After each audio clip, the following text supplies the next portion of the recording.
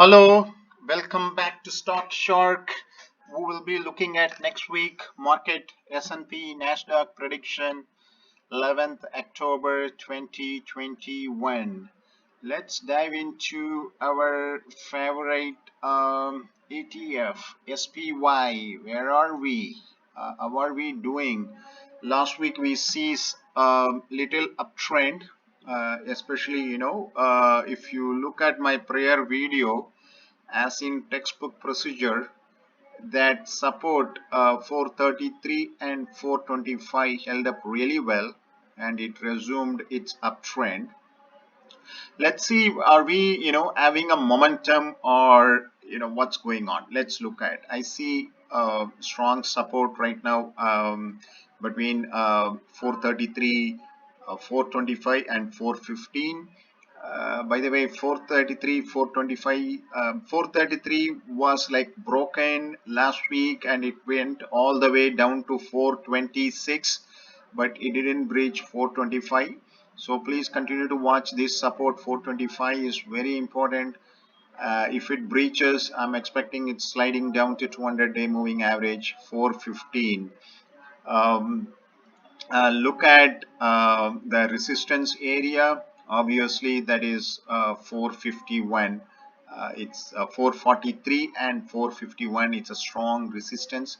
One got to be very careful with that. This downtrend channel is not broken yet. So that means we are not out of danger yet. Let's look at few other things.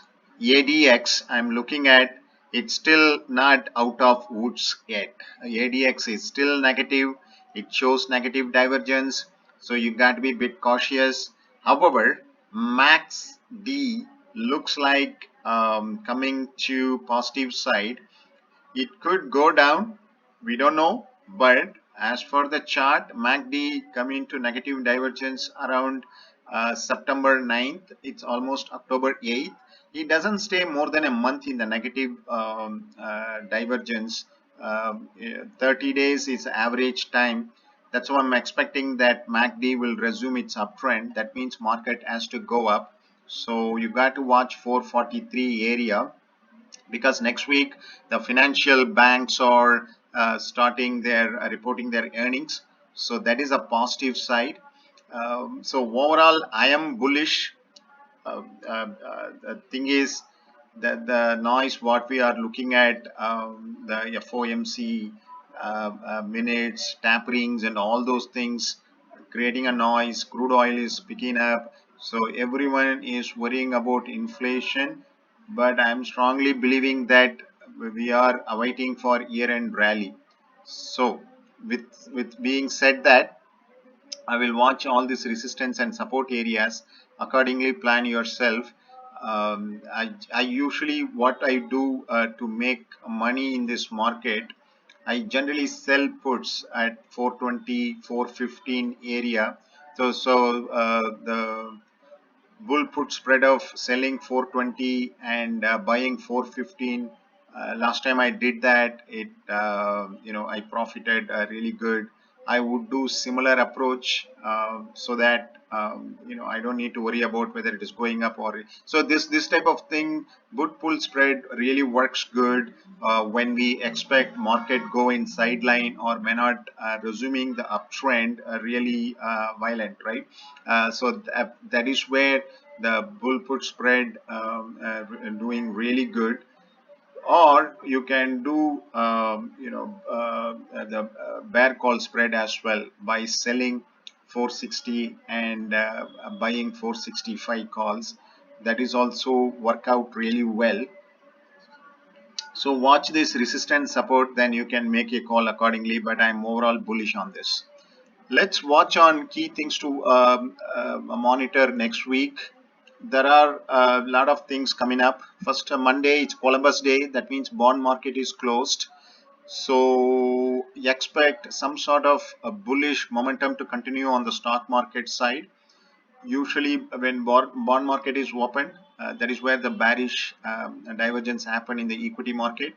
So usually when bond market is closed, that means the noise is down. So people make use of, or institution make use of, a little bit upping the market. So I would expect some sort of bullish momentum on Monday. Wednesday, it's a very key thing to watch. Core CPI is coming out in the morning. It's a market moving thing. If CPI doesn't subside, then it's a real sell off could resume. But in my opinion, I'm seeing that CPI is getting moderated. Anything below 5 or 4.5% would really bode well for market to resume its uptrend. Also, FOMC minutes are getting released on Wednesday around 2 o'clock.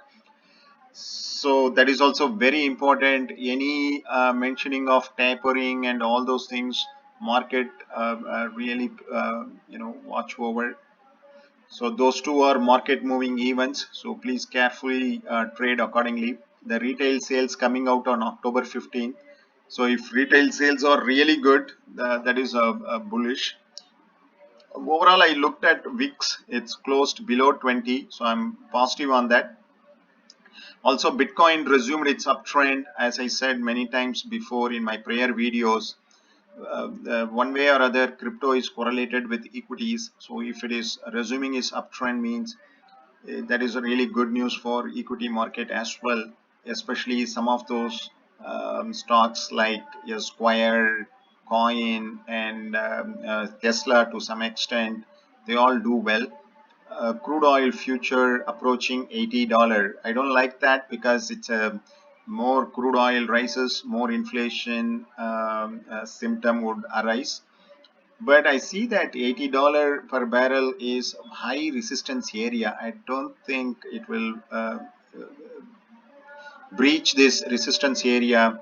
It may probably go like 80, 81 something. Probably it will retract from there.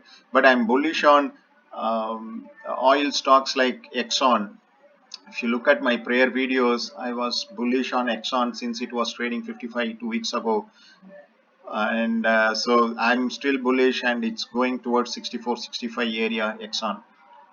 Next week bank earnings are reporting. JP Morgan reporting on 13th October, Wednesday, and they're on Citi, Wells Fargo and all reporting on Thursday, then Goldman Sachs on 15th. I am bullish on Goldman Sachs. I would really buy some call spread here, anticipating strong earning because the loan growth that Marcus platform is picking up really well. I expect Goldman Sachs is going to trade all-time high after the earnings. I'm a bit bullish on Goldman Sachs. Let's look at AFRM molding. Many times I mentioned in my prior video, it's one of the stock. It's really in bullish zone. Look at the channel it's forming. It's a narrow channel forming. That means it's going to break out very soon. Break out to upside. You watch over the resistance area around 146, which is all-time high. Probably it could retract once it touches 446, 447, but uptrend is intact. I see strong support at 128 and 118, 118. This is marching towards 200, especially towards year end. I'm very bullish on AFRM holding. BNPL is picking up momentum across the world. AFRM has, so many merchants signed up. For example, recently they signed up with the Target as well in the Target store. Already they signed up with Amazon. They already have a Walmart in their plate.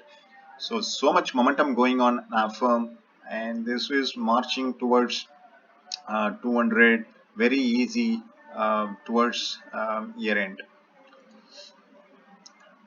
And also I see technically ADX is in bullish zone, MACD is breaking out, so everything is good. So I'm bullish on this.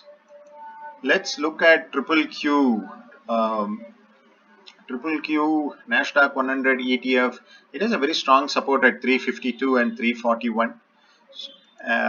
Then if you look at the resistance, it's a 369, which is coincidentally that 50-day moving average.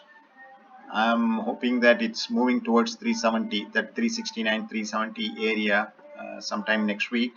But you have to watch over these two things. ADX is still not out of woods yet, so that means caution is warranted unless it's coming to downside. ADX, be cautious, but MACD is almost on the verge of breaking out. So I think the news like coming from Facebook and others dragging this. But I'm overall bullish on triple Q, especially towards year end. This will be momentum will be picking up. Also, following week after this bank's earning, following week, a lot of FANG stocks getting reported. So there will be earning momentum. So I'm expecting bullish bias will continue. But I watch over this resistance 370. That's all folks for this week. If you like my video, please subscribe my channel. Also post in the comment section any other stock you want to look at fundamentally as well as technically, so that I can add them in my next video. So thanks for watching. Take care.